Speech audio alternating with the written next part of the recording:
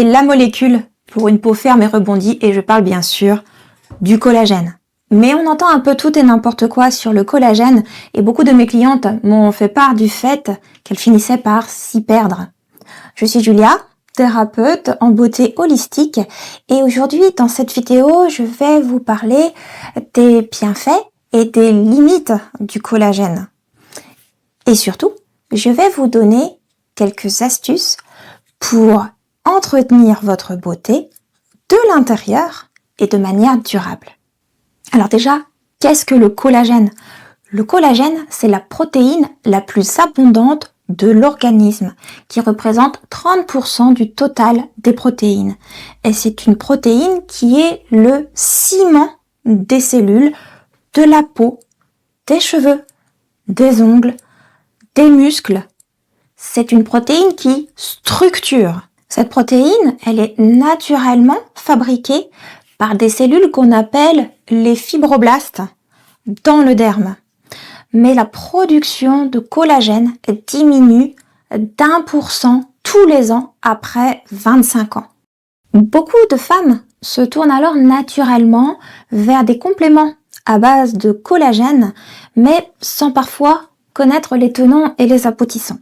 Il faut déjà savoir que la protéine de collagène ne peut pas être absorbée par l'intestin si elle n'est pas hydrolysée, c'est-à-dire coupée en tout petits morceaux. Idéalement, on recommande pour une parfaite assimilation que le collagène soit hydrolysé à 500 à 1000 Dalton.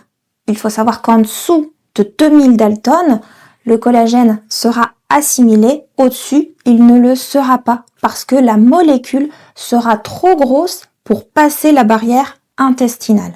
Ce ne sont donc pas des protéines de collagène qui vont jusqu'aux cellules, mais ce sont des peptides, c'est-à-dire des protéines coupées en petits morceaux qui passent dans la circulation sanguine et qui viennent non pas remplacer le collagène, mais stimuler les cellules que l'on appelle les fibroblastes et qui produisent le collagène.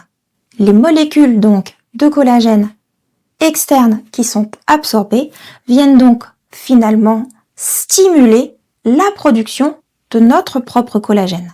Plusieurs études le prouvent, la prise de collagène permet d'augmenter l'hydratation et l'élasticité de la peau. Cependant, la prise de collagène externe présente certaines limites. Notamment, il faut savoir que l'ensemble du collagène qui est pris n'est pas forcément assimilé par l'organisme. D'autre part, les résultats dépendent beaucoup de la qualité du produit et il faut savoir aussi que 5 à 10 grammes de collagène par jour sont nécessaires pour envisager de pouvoir observer des résultats. D'autre part, la prise de collagène sans une bonne hygiène de vie ne sera pas efficace. En aucun cas, elle n'apportera les résultats satisfaisants attendus. Le seul collagène vraiment efficace, c'est celui que l'organisme produit lui-même. Alors, quels sont les éléments essentiels pour la production naturelle de collagène ?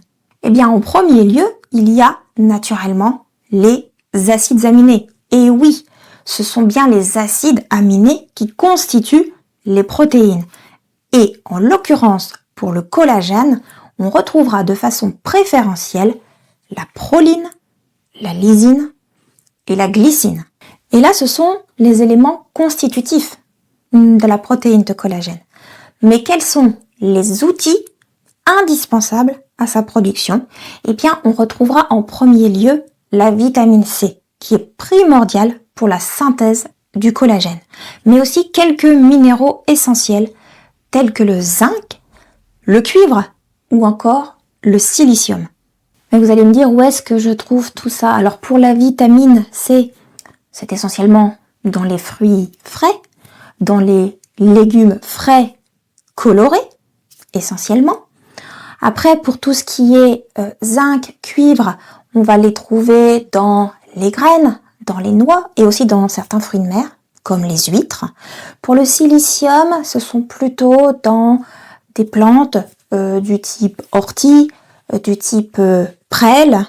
Apporter tous ces éléments est nécessaire et primordial, mais n'est pas suffisant. Pourquoi ? Parce que le mode de vie influe considérablement sur la synthèse du collagène. Chaque geste du quotidien contribue à construire ou à détruire le collagène. Alors, quelles sont ces habitudes qui favorisent la production de collagène et qui limitent sa destruction ? Alors, tout d'abord, il y a l'alimentation. L'alimentation antioxydante à base de fruits frais, de légumes colorés, de thé vert. Un autre élément primordial, c'est évidemment le sommeil, parce que c'est pendant le sommeil que la régénération du collagène se fait. Très important, l'activité physique, parce que l'activité physique active la circulation et permet d'apporter les nutriments nécessaires à la synthèse du collagène. Un autre élément très important, c'est de limiter sa consommation de sucre. Pourquoi ? Parce que le sucre favorise ce qu'on appelle la glycation du collagène, c'est-à-dire sa rigidification. D'autre part, une autre habitude très importante à prendre, c'est de s'exposer de manière raisonnable aux UV. Pourquoi ? Un excès d'exposition aux UV entraîne une oxydation importante et la destruction du collagène. Ce qu'il faut retenir, c'est que finalement le secret n'est pas d'apporter au corps un collagène tout fait, mais de lui permettre d'en fabriquer lui-même. Et si les compléments de collagène sont des bonus, l'alimentation et l'hygiène de vie sont les fondations de la production de collagène.